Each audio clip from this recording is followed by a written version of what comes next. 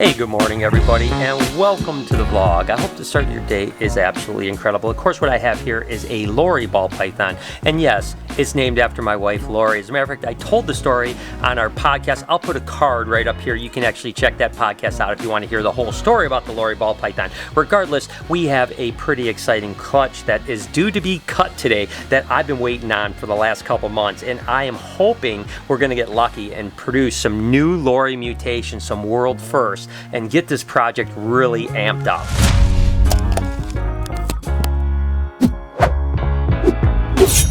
I am so excited about this clutch. We've got 5 eggs. So first, Lori ball python bred to banana. It's actually bred to a banana Cinny pin. So the Cinny and the Lori could mix really cool. The banana stuff could mix really cool. The pinstripe, I'm telling you what, I really want to get banana stuff into Lori stuff, and this is the first clutch that I've done it with. I've got a couple more coming later in the year, but this is a pretty cool combination. Let's hope for some banger animals. What do you say we jump into egg number 1? Oh my gosh, I'm nervous. I want to produce some crazy stuff out of this clutch.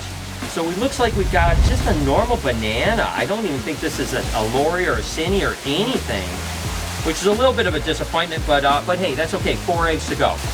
And when I say disappointment, I'm happy to produce any snake anytime, so I'm never unhappy about it. Looks like we've got just a little Cinny here, so we haven't been in the odds. We've got 2 single gene animals, 3 eggs to go. Oh my, I was so excited when this clutch was hatched. I just hope we produce something crazy. I want to get that banana super Lori stuff going, and I need some banana Lori stuff, so please give me some banana Lori stuff here.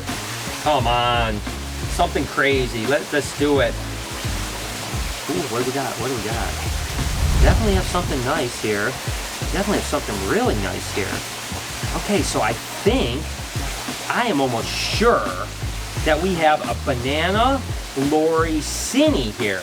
Yep, we've got a banana Lori Cinny. So that is basically kind of what I was hoping for, minus the pinstripe, which is fine, to be totally honest with you. I just really wanted banana Lori stuff. So this looks like a banana Lori Cinny, which is awesome that we hit the 3 gene animal. That one is going to be the start of a really cool project. 2 eggs to go. All right, I'm so happy that it looks like we finally hit at least that animal. Get the monkey off my back. It looks like we have just a normal Lori ball python, maybe possibly even just a normal, to be totally honest with you. We'll wait to see if this one hatches out, but 1 last egg. Can we get 1 more banana Lori? Anything. Banana Lori, anything I'd be happy with, but hey, listen, I'm happy we have 1, but I'm greedy and I want 2. Come on, baby. Come on, do it, do it, do it, do it, do it, do it, do it. Oh yeah, baby. Oh, yes. Wow. Oh, that is so good. That is so good. That's definitely another banana Lori Cinny. And wow, they are so nice. I am so stoked. So it looks like we got 2 of the animals I was really shooting for. Didn't hit the pinstripe with it, but to be honest with you, I'd actually rather not have pinstripe, to be honest, because I think the ones without pinstripe are going to be more extreme. So wow, we've got the banana Lori project started. Just wait till that banana super Lori leopard piebald ball python that will produce down in the future. So normally it would take 2 or 3 days for these snakes to crawl out of their egg after I cut them, but I just wanted to, after I was so excited about producing these, I wanted you guys to see. So we fast forwarded a couple days so that you can see them out of the egg, and here they are, the banana Cinny Lori ball pythons. Oh my goodness, these things are crazy. It's just a different color palette than any other snake that I've ever produced. It's just kind of grayish, a little bit of lavender hues to them. Really cool. I tell you what, Lori ball pythons are something that I am so stoked on right now, and I've been working with them for like 15 years, and I have just been revitalized with these guys. But look at these things. Again, there has been a couple other really cool Lori projects produced this year and even last year, but this is the first time that there's been a banana Cinny Lori, and we produced 2 of them. So obviously these are 2 males. Gonna raise them up and breed them. Think about things. I mean, there's just so many potential things we could do with that animal. Unbelievable. Love the way they turned out, and I just had to show you guys. I was so excited once we pipped these eggs out. I was like, I have to show you so you don't have to wait for 2 or 3 days and maybe even forget about the fact that we're hatching them. So we are in the future right now. What do you say we go back to the past? But I need a nuclear reaction to generate the 1.21 gigawatts of electricity. 1.21 gigawatts! I'll be honest with you, I've definitely been sleeping on the Lori project. I mean, after producing the Super Lori Leopards last year, it really kind of lit a fire under my butt to get going with this. I've had this project literally for probably close to 15 years and done hardly anything with it. So now we have a couple really great basics, and I have a bunch of other stuff that I've been breeding as well. I mean, can you imagine a Super Lori Leopard piebald ball python? Or who knows? I mean, the list goes on and on. You never know what's going to start happening when you start mixing these animals in, because they got that bluish tone, the gray tone, the kind of different color than any other ball python really out there. So I'm really excited about the future. And like I said, I'm not going to lie to you, I feel like I really dropped the ball, no pun intended, on this one, because wow, I could be so far ahead right now. I could have 10 different projects brewing with these over the last 10 years. But instead we have a few animals that I am pretty excited about. So over the next 2, 3, 4 years, I think you're going to see some really great mutations coming out of the Lori project. And it is cool to have a ball python named after my wife. And again, I told the story on the podcast, you can check it out, of how they actually became the Lori ball python. It wasn't intentional at all, it just kind of happened. Nevertheless, couldn't be more excited about this new world's first here. So we have a couple beautiful snakes in our hands here and a bunch more in the rack that we're raising up. So I am excited about the future of the Lori project. Interesting, I actually came in this morning and I saw Ivy over here, and I was looking around. I'm like, where is Aries at? And I'm looking, he's not in the water, he's not on land. I was like, what is going on? I started looking back here, he's not there, he's not over there. I'm thinking, did he escape? And guess what? There he is, right up there in the top of the tree. I mean, how crazy is that? Now, when we first put Ivy in this enclosure, the first day she climbed up to that very spot and stayed up there for about 6 or 8 hours. But Aries climbed around a lot and never went up there. So I find it really interesting that these anacondas that are typically ground animals, like water, will also sometimes climb up into a tree and hang out. That's awesome. And that gives me something to think about if I'm ever down in the Amazon looking for these guys. I would think I would only be looking on the ground, but from now on, I'm going to think about looking up in the trees a little bit too. So I hope one day I can get down to the Amazon and see anacondas in the wild. That is definitely a dream of mine. And I know that just literally last week we unboxed the same almost exact shipment, and as a matter of fact, it's packed exactly the same. Now let me tell you something, there's some zip ties on this, right? Well, there's someone sent us a package with a bunch of cutters because I lost my cutters. Give me 1 second, I'll be right back. All right, quick unboxing from you guys. This is from let's see, it's from Kentucky. That might be an Amazon fulfillment, so I have no idea. I noticed you lost your cutters. Oh, that's right, I did lose my cutters. Oh, Jesus. Maybe 5 pair will help. Do you see this? I almost stabbed myself. Oh my gosh.